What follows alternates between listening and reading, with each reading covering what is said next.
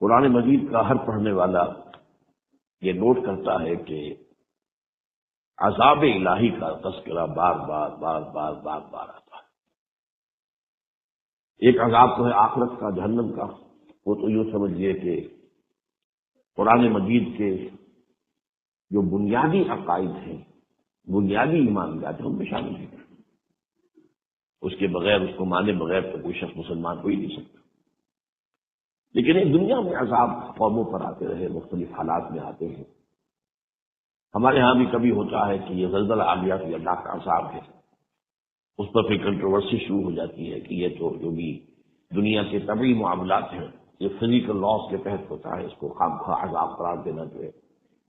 میں اس وقت صرف اشارہ کر رہا ہوں، میں اس معاملے میں کوئی اس وقت بحث نہیں کر رہا۔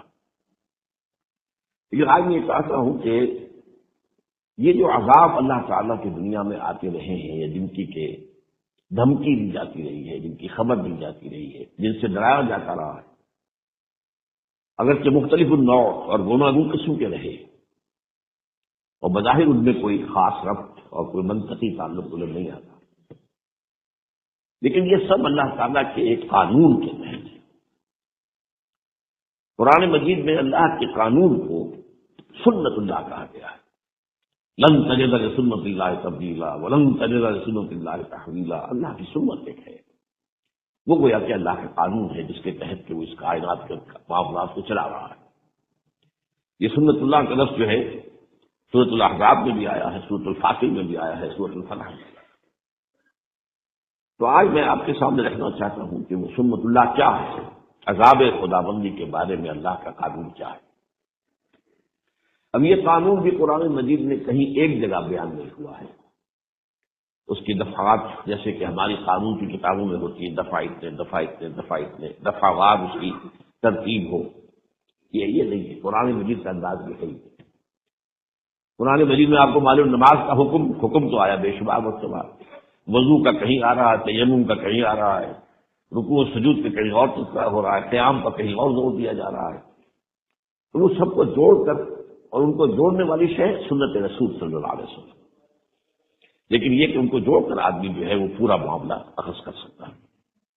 تو قرآن مجید میں جو یہ عذاب خداوندی کا ذکر ہے، اس کے اعتبار سے جو سنت اللہ ہے وہ جو آئی ہے، تو اس پر جو غور و فکر میں نے کیا، اب یہ آج سے یوں سمجھیے کہ 15-16 سال قبل کی بات ہے۔ میری جو کتاب ہے سابق اور موجودہ مسلمان امتوں کا ماضی حال و مستقبل، اس کا دوسرا چیپٹر اسی موضوع پر ہے، میں آج اسی پر گفتگو کر رہا ہوں۔ یہ سنت اللہ کیا ہے؟ 5 باتیں اہم نوٹ کرنے کی۔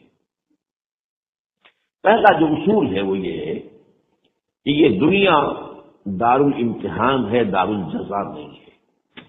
بیسیکلی یہ دارالامتحان ہے۔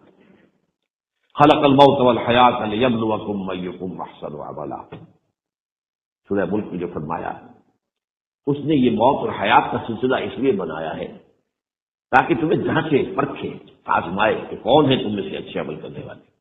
یہ ایک امتحانی وقفہ ہے۔ یہ بات ذہن میں رہے کہ قرآن مجید کے روح سے انسان کی زندگی جو ہے وہ بہت طویل عمل ہے، بہت طویل عمل ہے، بہت طویل عمل ہے۔ وہ جو اقبال نے کہا ہے کہ تو اسے پیمانہ یہ روز و فردا سے نہ ناپ، یہ آج کل پرسوں، یہ 7 دن میں ہفتہ ہو گیا، پھر مہینہ ہو گیا، یہ پیمانے کیا ہیں؟ انسان کی زندگی ان پیمانوں سے ناپی جانے والی نہیں ہے۔ تو اسے پیمانہ ہے ان روز و فردا سے نہ ناپ، جاوداں پہ ہم جمع ہر دم جمع ہے زندگی، بہت طویل ہے۔ سب سے پہلی بات تو ہم جانتے ہیں ایک یہ حیات دنیاوی ہے، ایک حیات برزخی ہے جو آج آنکھ بند ہوگی یہاں قبر میں اتار دیے جائیں گے، حیات برزخی وہ بھی حیات ہے۔ پھر حیات اخروی ہے جس کا کوئی حد ہے ہی نہیں، جاوداں پہ ہم جمع ہر دم جمع ہے زندگی، وہ تو سب خاتمہ میں ہی ہوئی۔ اور اس میں ایک اور بات جو لطیف ہے، جو میرا جو کتاب کیا ہے کہ زندگی، موت اور انسان، چھوٹا سا کتاب کیا ہے، میرا خیال ہے 20-25 صفحے ہوں گے کوئی، اس میں ایک اور حقیقت میں نے بیان کی ہے۔ ایک زندگی اس دنیا میں آنے سے پہلے ہم گزار کے آئے، وہ زندگی تھی صرف روحانی زندگی، ارواح تھی ہماری، اجساد نہیں تھے، جسم نہیں تھے۔ اور ان ارواح سے اللہ نے عہد لیا تھا، الست بربکم قالوا بلی۔ اب ظاہر بات ہے کہ جن سے عہد لیا گیا ہے وہ کوئی معدوم شے تو نہیں تھی، وہ کوئی مردہ شے تو نہیں تھی۔ عہد تو ہوتا ہے، آپ کہتے ہیں میں بقائمی ہوش و حواس اقرار کرتا ہوں، تو بغیر کسی ہوش و حواس کے عہد کا کوئی سوال نہیں۔ تو ایک زندگی ہماری وہ تھی جو اس دنیا میں آنے سے پہلے ہم گزار چکے ہیں۔ اسی کو قرآن مجید میں سورہ مومن میں جو بیان کیا گیا ہے، یہ پھر اس میرے کتاب کے کوئی آپ پڑھیں گے تو بات پوری سمجھ میں آئے گی کہ جہنمی جو ہے یہ فریاد کریں گے، ربنا امتنا نسلتین واحییتنا نسلتین فاعترفنا بذنوبنا فهل الى خروج من سبیل۔ اللہ تو نے ہمیں 2 مرتبہ مارا، 2 مرتبہ زندہ کیا، تو اب یہاں سے نکلنے کی بھی کوئی شکل ہے کہ نہیں؟ 2 مرتبہ مارا، اور مارا پہلے ہے، امتنا نسلتین واحییتنا نسلتین، وہ ارواح کی تخلیق کے بعد ہمیں سلا دیا گیا، کولڈ اسٹوریج میں رکھ دیا گیا، وہ پہلی موت تھی۔ پھر رحم مادر میں جب میرا حجولہ تیار ہو گیا 120 دن میں، پھر میری روح وہاں سے لا کر داخل کی گئی، اب یہ حیات دنیا بھی شروع ہو گئی۔ پھر موت ہوگی تو یہ جسم میرا جہاں سے آیا تھا وہیں جائے گا، وہ تو زمین سے آیا تھا، منہا خلقناکم وفیہا نعیدکم، لیکن وہ روح جہاں سے آئی تھی وہاں جائے گی۔ انا للہ و انا الیہ راجعون، اور وہ حیات اخروی ہے جس کی کوئی انتہا نہیں۔ تو اسے پیمانہ ہے نوز و فردا سے نہ نام جاگنا فہم دوا ہردم جمانا زندگی۔ اس میں سے یہ وقفہ تھوڑا سا کیا ہے، ایک موت پھر زندگی پھر موت۔ یہ کیوں؟ یہ چھوٹا سا وقفہ 40-50 سال 70 سال، بلکہ 70 سال بھی ہو جائیں تو ان میں سے آپ جو نکال دیجئے، پہلے 15-20 سال تو ابھی شعور ہی نہیں ہوتا، اور بعد میں بھی جو ہے اگر کسی کو زیادہ عمر ملے تو پھر جو ہے انسان کے حواس اور اس کی قوا جو ہے ذہنی وہ کمزور پڑ جاتے ہیں۔ تو یہ تھوڑا سا وقفہ ہے، یہ گزرا کی قبر، یہ ہے ایک امتحانی وقفہ کہ ایک 3 گھنٹے کا امتحان ہوتا تھا جو ہم دیتے رہتے تھے بیٹھ کر، ایک 30 سال کا 30 برس کا امتحان ہے، اس میں امتحان ہونے کے ایسے سے کوئی فرق نہیں۔ بہرحال اصل بات کیا تھی، یہ دنیا اصلاً دارالجزا نہیں ہے، یہ دارالامتحان ہے۔ البتہ محاسبہ اخروی کا جو پہلا مرحلہ ہے، جب آپ اصل جو آئے گا محاسبہ تو آخرت میں آئے گا، وہاں معاملہ یہ ہوگا کہ پہلا مرحلہ یہ ہے کہ تمام امتوں پر اس کے رسول جو بھیجے گئے تھے وہ کھڑے ہو کر ٹیسٹیفائی کریں گے کہ پروردگار تیرا جو دین، تیری ہدایت ہم تک آئی تھی ہم نے پہنچا دی تھی۔ فَكَيْفَ إِذَا جِئْنَا مِن كُلِّ أُمَّةٍ بِشَهِيدٍ وَجِئْنَا بِكَ عَلَىٰ هَٰؤُلَاءِ شَهِيدًا۔ اس کے بعد پھر انڈیویجول معاملہ ہوگا۔ اخروی حساب جو ہے اس کا پہلا مرحلہ اجتماعی ہو گیا، لیکن وہ صرف محاسبے کا نہیں، اتمام حجت کا ہے کہ دیکھو تمہارے پاس ہمارا دین پہنچ گیا تھا، ہمارا پیغام پہنچ گیا تھا، اب بتاؤ تم نے کیا کیا۔ لیکن اس کے بعد ایک ایک شخص کا حساب ہوگا، پھر اجتماعی نہیں ہوگا یہ فلاں پیر کے مرید چلے جائے راستہ کھلا ہوا ہے، اور فلاں جو ہے کوئی دینی قائد جو ہے اس کے ماننے والے چلے جائیں ان کے لیے دروازہ کھول جائے۔ انڈیویجول کلہم آتی ہے یوم القیامت فردا،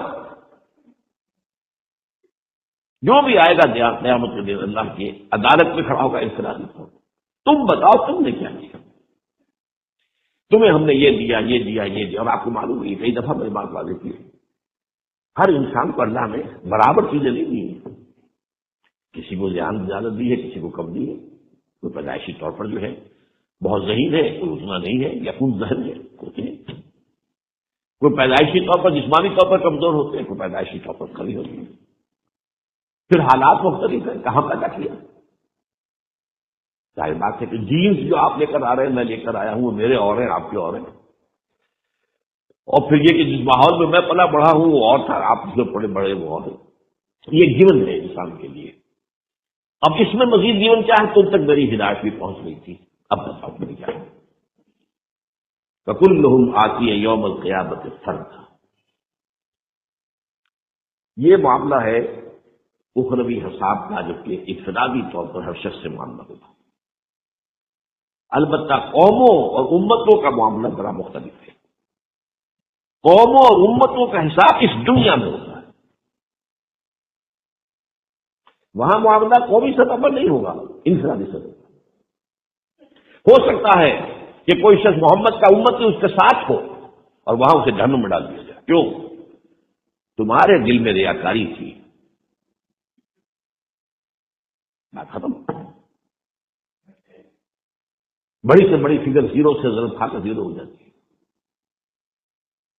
تم بہت بڑے عالم تھے، ٹھیک ہے، اے اللہ میں نے یہ کیا، صرف دین کا علم پھیلایا، کیا تم نے، لیکن تم نے اس لیے کیا تھا کہ کہا جائے کہ فلاں شخص بڑا عالم ہے، وہ کہہ دیا گیا، دنیا میں ڈنکا بج گیا، تعریفیں ہو گئی، تہنیت ہو گئی، تمہاری عقیدت مند پیدا ہو گئے، بس ختم، تمہارا مطلوب اصول حاصل ہو چکا، یہاں کچھ نہیں ہے تمہارے لیے۔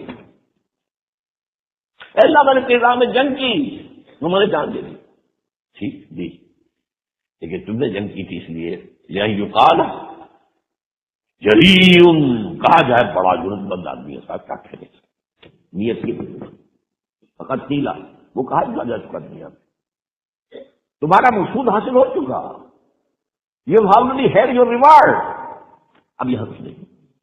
بڑی کب کبھی تعریف کرنے والی حدیث ہے یہ دولت مند کا معاملہ ہے، اللہ میں نے چیزوں میں بڑی دولت خرچ کی تھی، تم نے کی تھی، کہا جائے سخی، بڑا سخی آدمی ہے، کیا کہنے اس کی نیت کی، اگر یہ نیت نہیں ہے کہا جائے کوئی پرواہ نہیں،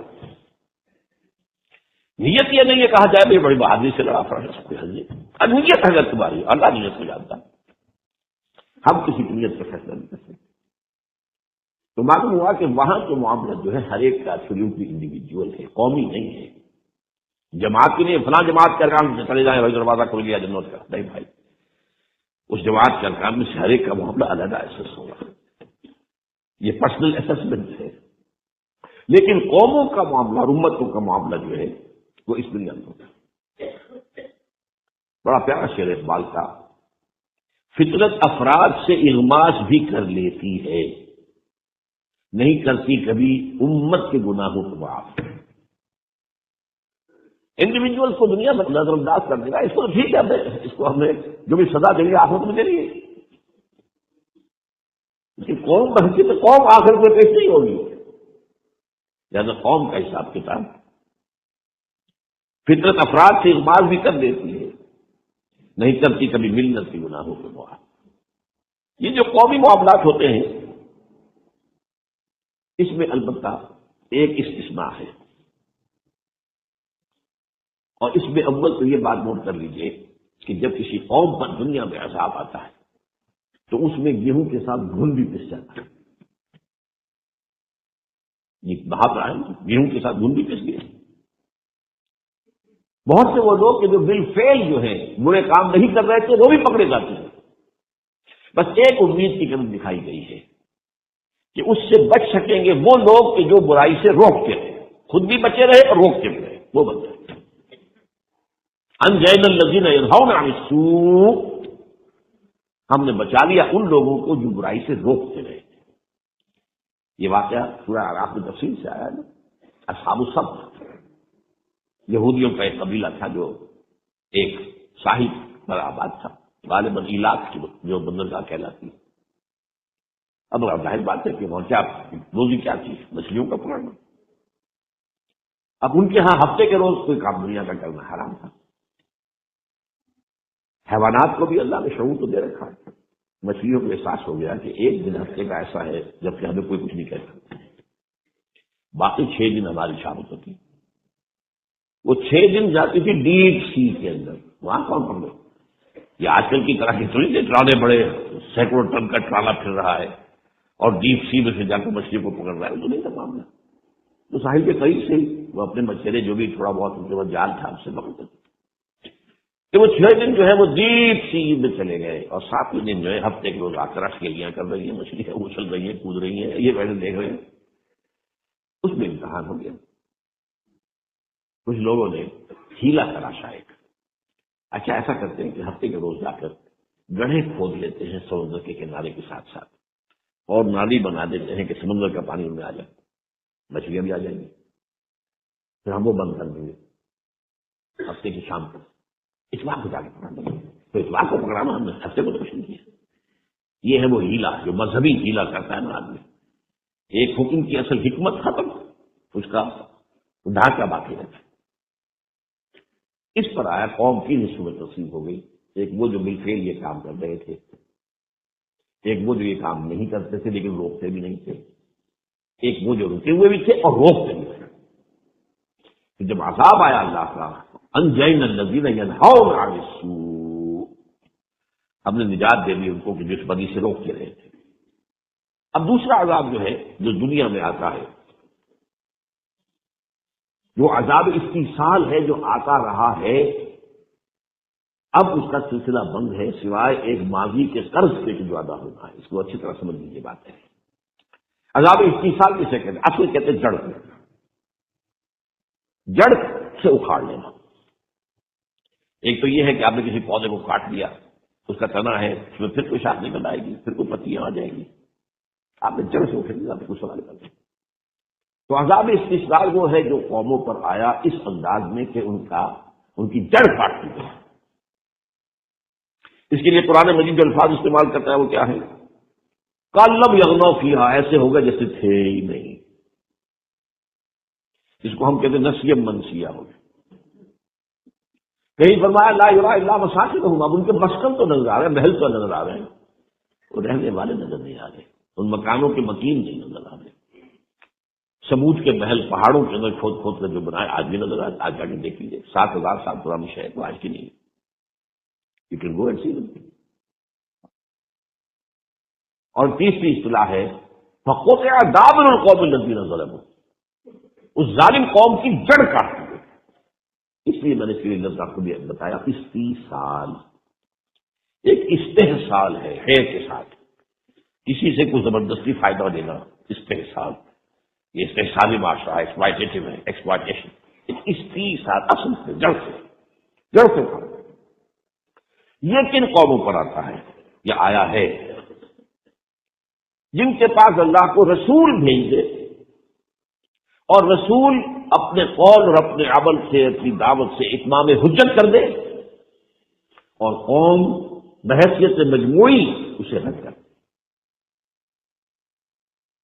اس میں پہلی بات نوٹ کیجیے، انبیاء کا معاملہ یہ نہیں، رسولوں کا معاملہ ہے۔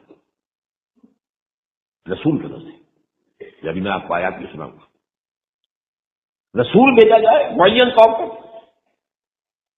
جاؤ ادھر، اذهب الى فرعون انه طغى، جاؤ موسیٰ فرعون کے لیے۔ اب یہ رسول ہے۔ حضرت یوسف اس طرح بھیجے نہیں گئے تھے، وہ نبی تھے، رسول نہیں تھے۔ سمجھ رہے میری بات؟ نبی اور رسول میں بہت فرق ہے۔ بس ایک بات جو ہے سب کے نزدیک متفق علیہ ہے، نبی عام ہے، رسول خاص ہے۔ ہر رسول تو لازماً نبی ہے، ہر نبی رسول نہیں ہے۔ اسی لیے جو مشہور ہے کہ 1.25 لاکھ جو ہے انبیاء آئے ہیں دنیا میں، جبکہ رسول 313 آئے۔ بہرحال ایک قوم کی طرف اللہ نبی بھیج رہا ہے، لیکن اس کے بعد پھر بالآخر اتمام حجت کے لیے ایک رسول بھیج دیا۔ اب اس رسول کی دعوت کا بحثیت مجموعی انکار کیا، 2 4 6 8 10 آدمی آ گئے، بس اللہ کا فضل، ان پر وہ عذاب استیصال آتا ہے۔ گویا کہ ثابت ہو جاتا ہے اس قوم میں کوئی خیر نہیں ہے۔ وہ جو میں نے کچھ دنوں پہلے آپ کو سورہ نوح کی آیات سنائی تھی، وقال رب لا تذر على الارض من الكافرين ديارا انك ان تذرهم يضلوا عبادك ولا يلدوا الا فاجرا كفارا۔ اے پروردگار، اس قوم کا بیج مارا گیا ہے، یہاں سے کسی خیر کی توقع، ان کی نسلوں میں سے بھی کوئی اب جو ہے خیر کی طرف آنے والا نہیں۔ کس درجے مایوسی اور کس قدر غضب۔ تو جب رسول آ گیا اور بات نہیں مانی تو پھر وہ قوم ہلاک کر دی جاتی۔ کالم یغنوا فیہا لا یرا الا مساکنہم قطع دابر القوم الذین ظلموا۔ یہ معاملہ ہوا حضرت نوح کی قوم کے ساتھ، حضرت ہود کی قوم کے ساتھ، حضرت صالح کی قوم کے ساتھ، حضرت لوط کو جن شہروں کی طرف بھیجا گیا، حضرت شعیب کی قوم کے ساتھ، آل فرعون کے ساتھ۔ یہ 6 رسول جو ہیں ان کے بارے میں بار بار قرآن مجید میں ان کے معاملات آئے ہیں، تکرار ہوئے آگے کے ساتھ۔ یہ ہے عذاب استیصال۔ اس میں بھی ایک بات میں نے آپ کو بتا دی، یہ نبی کا معاملہ نہیں ہے، یہ رسول کا معاملہ ہے۔ چنانچہ سورہ بنی اسرائیل نے فرمایا وما كنا معذبین حتی نبعث رسولا۔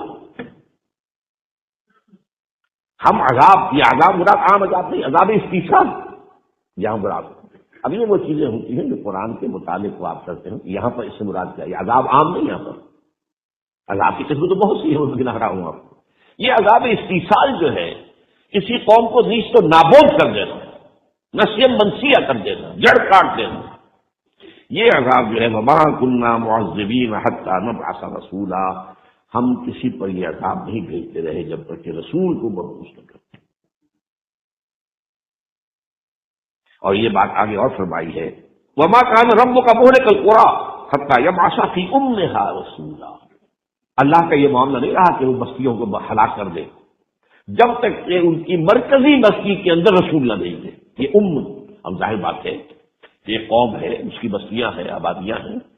اب ہر بستی ہر آبادی میں تو رسول نہیں بھیجا جائے گا، لیکن اس کی ایک مرکزیت ہے، اس کا ایک مرکزی جگہ ہے. اس لیے بچے کو کہا گیا ام القرى. یہ عرب کی بستیوں کی ماں، جڑ یہ حتی نبعث فی امہا رسولا، جب تک کہ ان کی جو جڑ والی اور مرکزی بستی ہوتی ہے اس میں ہم رسول نہیں بھیج دیتے تھے، اس وقت تک کوئی ہلاکت کا یہ عذاب اللہ تعالیٰ نہیں بھیجتا رہا. یہ عذاب بھی ایک اور بات جو قرآن سے معلوم ہوتی ہے سورہ سجدہ سے، ایک دم نہیں آ جاتا. رسول ہے، دعوت دے رہا ہے، بات ابھی پہنچ گئی ہے، کچھ تک پہنچ گئی ہے، کچھ تک ابھی نہیں پہنچی ہے، لیکن اس دوران میں اللہ چھوٹے چھوٹے عذاب بھیجتا رہتا ہے تاکہ ہوش میں آ جائے، جاگ سکتے ہو جاگ سکتے.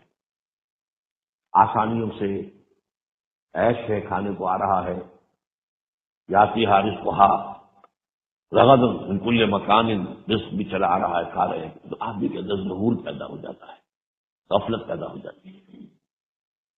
اسی لیے حدیث میں آتا ہے من قل وکفا خیر مما کثر والہا، جو چیز زیادہ ہو اور تمہیں غافل کر دے اس سے بہتر ہے وہ جو کم ہو لیکن کفایت کر جائے، بس ضرورت پوری ہو جائے، کسی کے سامنے ہاتھ نہ پھیلانا پڑے، اپنی عزت مت ہتھیلی پر رکھ کر کسی کے سامنے پیش نہ کرنی پڑے.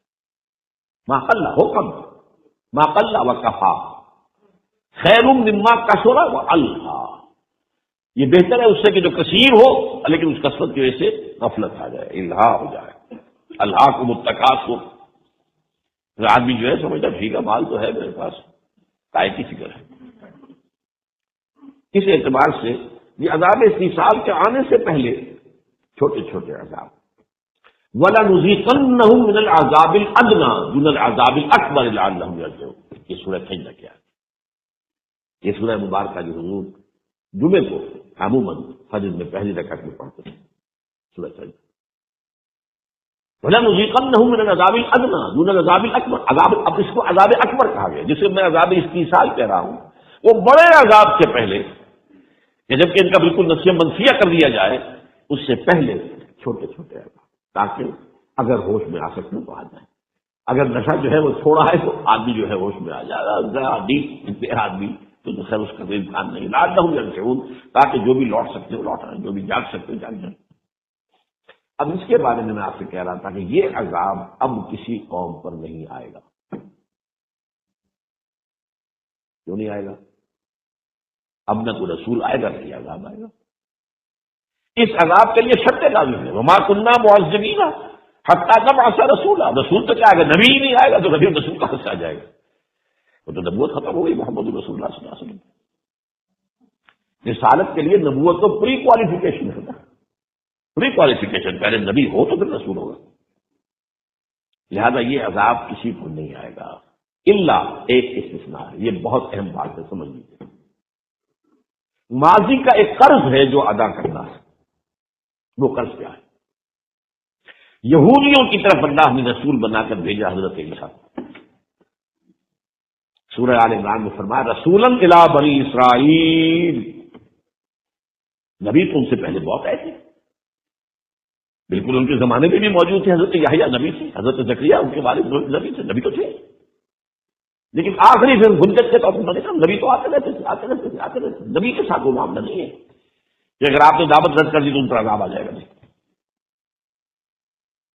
لیکن رسول کے بعد پھر عذاب آتا. بنی اسرائیل نے حضرت عیسیٰ کا انکار کیا محض کو.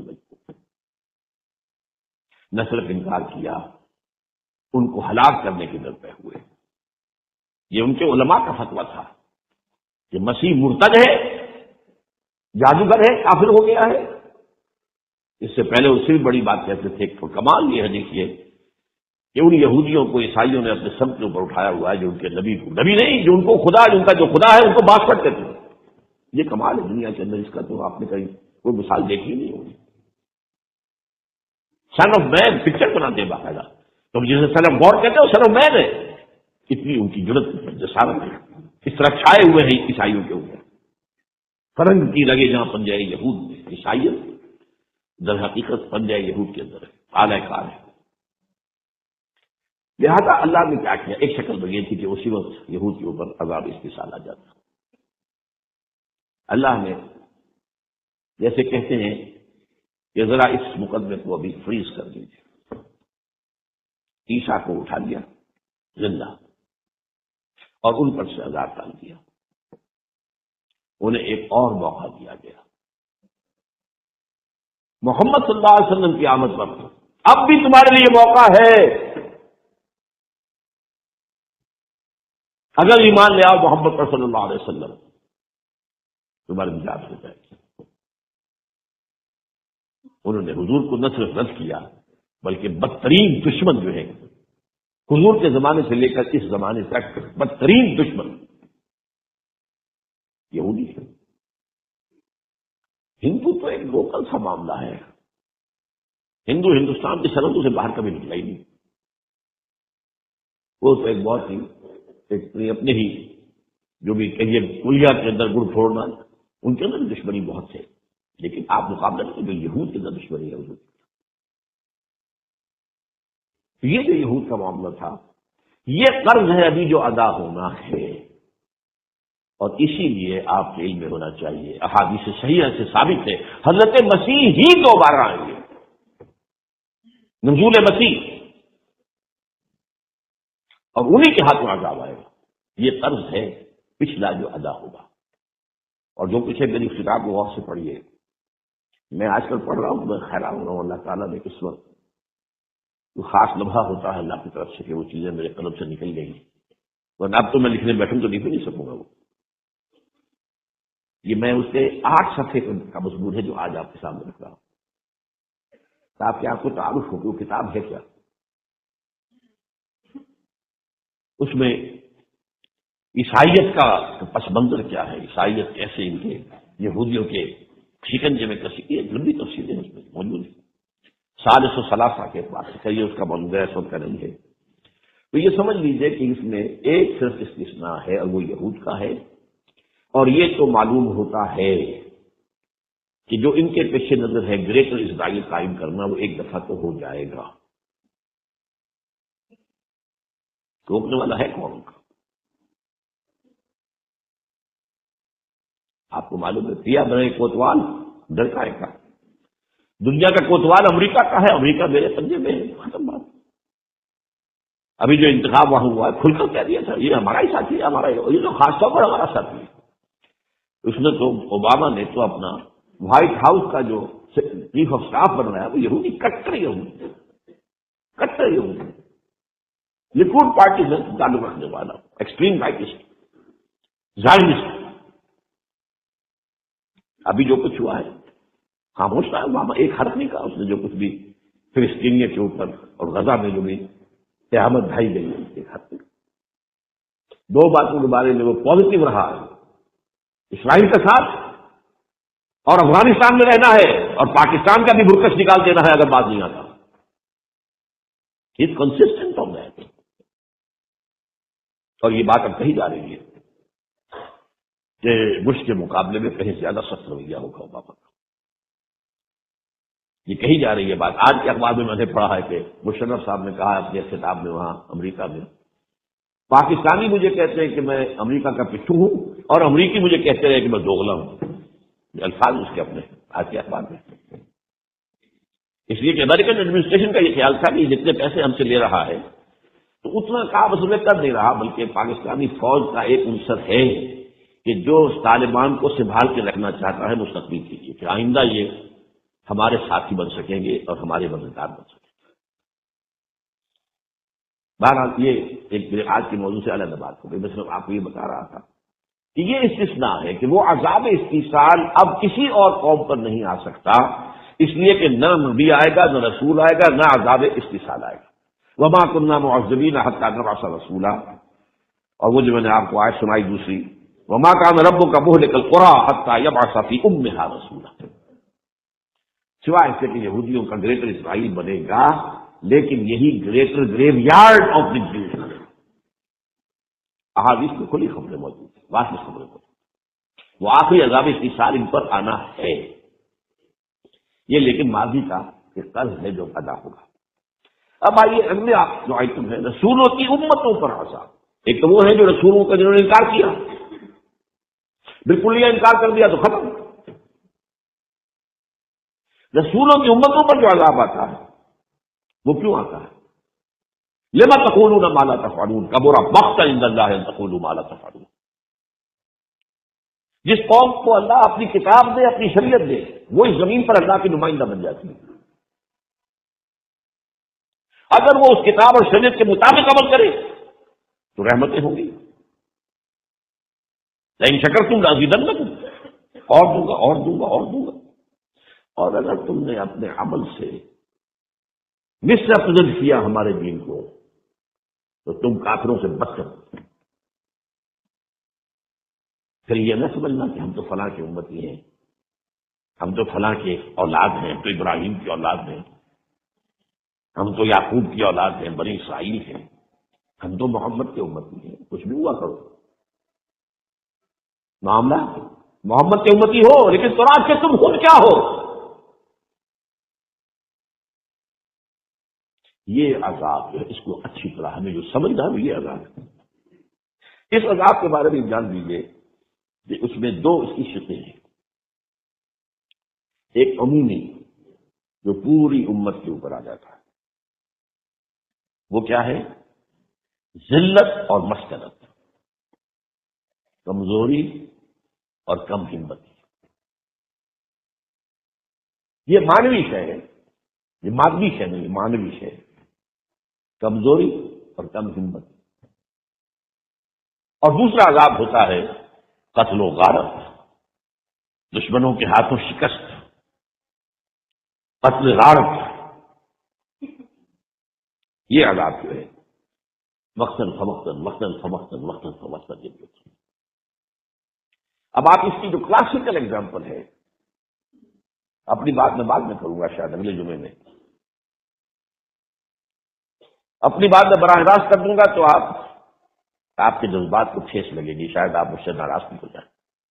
امت محمد کے بارے میں یہ باتیں کرتا ہے صلی اللہ علیہ وسلم۔ اسی لیے ایک شعر بھی میں نے کوٹ کیا اس میں، خوش طرح باشد کے سرے دل براں، گفتہ آیت در حدیث دیگراں۔ کسی اور کی بات میں وہ بات کہہ دی جائے تو پھر آدمی کے لیے اپنے لیے بھی اس کو قبول کرنا آسان ہو جاتا ہے۔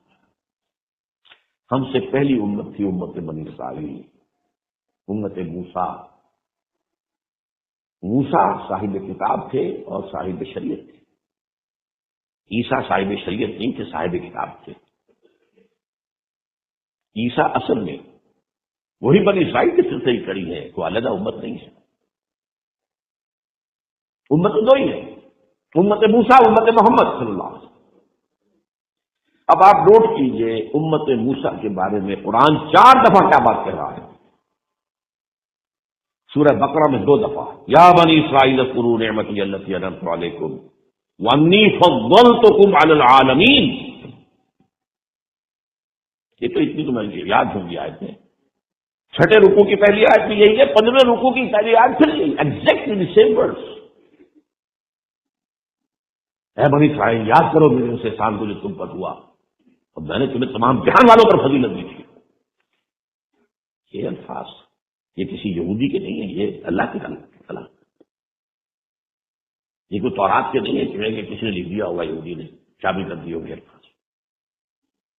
اس سے آگے بڑھیے، سورہ جاثیہ میں فرق پڑا وَفَضَّلْنَاهُمْ عَلَى الْعَالَمِينَ، 3 دفعہ ہو گیا، 4تھی مرتبہ سورہ دخان میں ہے وَلَقَدْ اخْتَرْنَاهُمْ عَلَىٰ عِلْمٍ عَلَى الْعَالَمِينَ۔ ہم نے تو ان کو چن دیا تھا اپنے علم کی بنیاد پر تمام جہان والوں کو. اب دیکھیے ان کے قول کی تائید کر رہا ہے قرآن. دیکھ لیں we are the chosen people of the Lord. ہم تو خدا کے چنیدہ بندے ہیں، منتخب بندے ہیں، ہمیں تو چنا ہے. قرآن کہہ رہا ہے وَلَقَدْ اخْتَرْنَاهُمْ عَلَىٰ عِلْمٍ عَلَى الْعَالَمِينَ. وہ اندازہ ہوا آپ کو اس امت کی عظمت کا. ویسے تو ہم لفظ یہودی گالی کے طور پہ استعمال کرتے ہیں تو ٹھیک ہے، لیکن آپ کو اس امت کے بارے میں قرآن کیا کہہ رہا ہے؟ لیکن پھر اسی امت کے بارے میں ضربت علیہم الذلۃ والمسکنۃ وباؤوا بغضب من اللہ، ان پر ذلت اور مسکنت تھوپ دی گئی اور وہ اللہ کے عذاب کو لے کر لوٹے. یہ میں نے آپ کو بتایا دو حصوں میں. ذلت و مسکنت معنوی ہے، کم ہمتی، جیسے کہا کہ نیروسیمیا، کسی شخص کو اعصاب کی کمزوری ہو جاتی ہے. اچھا والا ہے، سب کو ڈاکٹر دیکھ کے بتا رہے ہیں کوئی خرابی نہیں، کسی نہیں، کوئی کمی، ہارٹ بھی ٹھیک ہے، سب ٹھیک ہے، بلڈ پریشر ٹھیک ہے، یہ بھی ٹھیک ہے، لیکن اندر سے معلوم سے کھوکھلا ہو گیا. اعصاب یہ ہے مسکنت. زور بتائے زور بالا کسی پر تھوپ دینا، دے مارنا.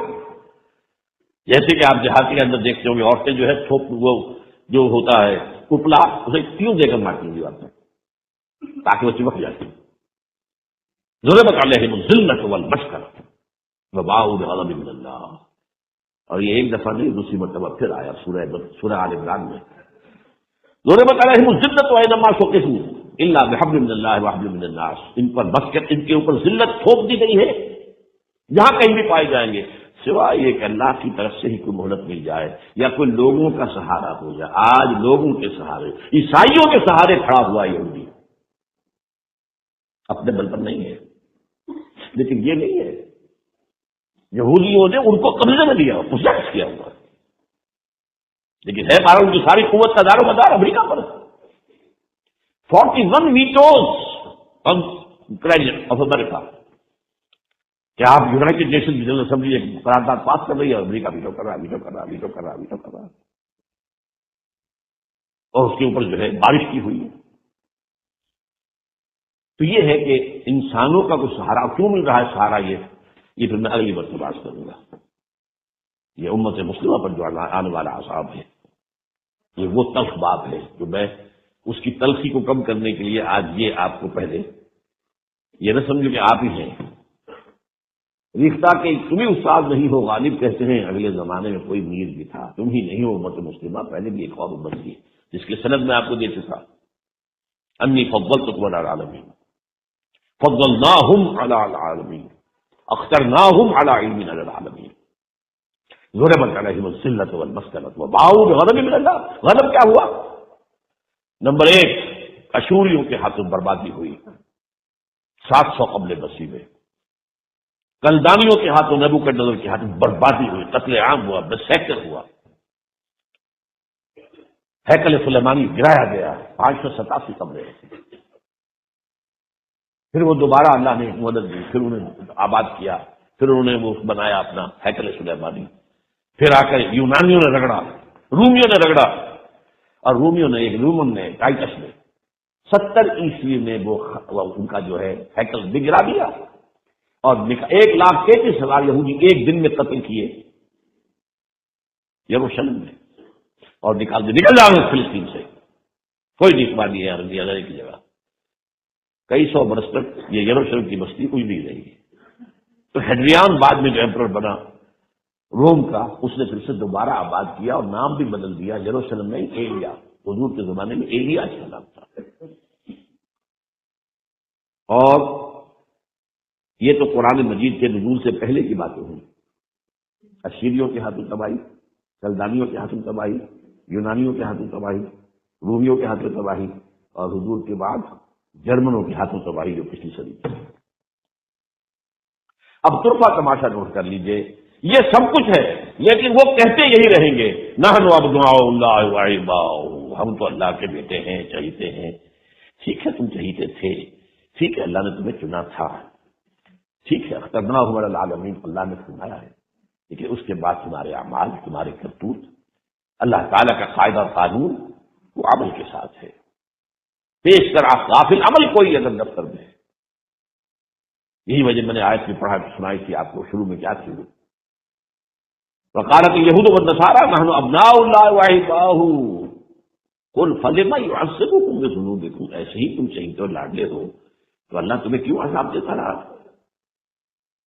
تمہاری ایسی ایسی پٹائی، ایسی ایسی پٹائی، اشریوں کے ہاتھوں تباہی، قضائیوں کے ہاتھوں بربادی. 2 مرتبہ تمہارا خانہ کعبہ 2 مرتبہ گرا پڑا ہوا، 70 عیسوی سے لے کر آج تک 2009 تک گرا ہوا ہے. اب انہوں نے بنانا ہے، اب ان کے ایجنڈا میں شامل ہے، بنانا ہے. لیکن اس کے باوجود زوم یہ ہے کہ ہم اللہ کے چہیتے we are the chosen people of the lord, اور زوم یہ ہے کہ لن تمسنا النار الا ایاما معدودات. ہمیں تو آگ چھو ہی نہیں سکتی. آپ یعقوب کی اولاد ہیں، بخشے بخشائے ہیں. یہ تو اللہ دوسروں کی آنکھوں میں دھول جھونکنے کے لیے ہر چند دن کے لیے جہنم میں ڈال دے، ورنہ ہمیں نکال دے گا. یہ ہوتے ہیں وہ پھر عقیدے جو بن جاتے ہیں، جو راسخ ہو جاتے ہیں. حالات کچھ اور کہہ رہے ہیں اور ہم کچھ اور کہہ رہے ہیں. منچوی گوئے بتبور ہے منچوی سرائے. بہرحال یہ میں نے آج آپ کے سامنے قرآن کا قانون عذاب یہ آپ کے سامنے بیان کیا ہے. اس کی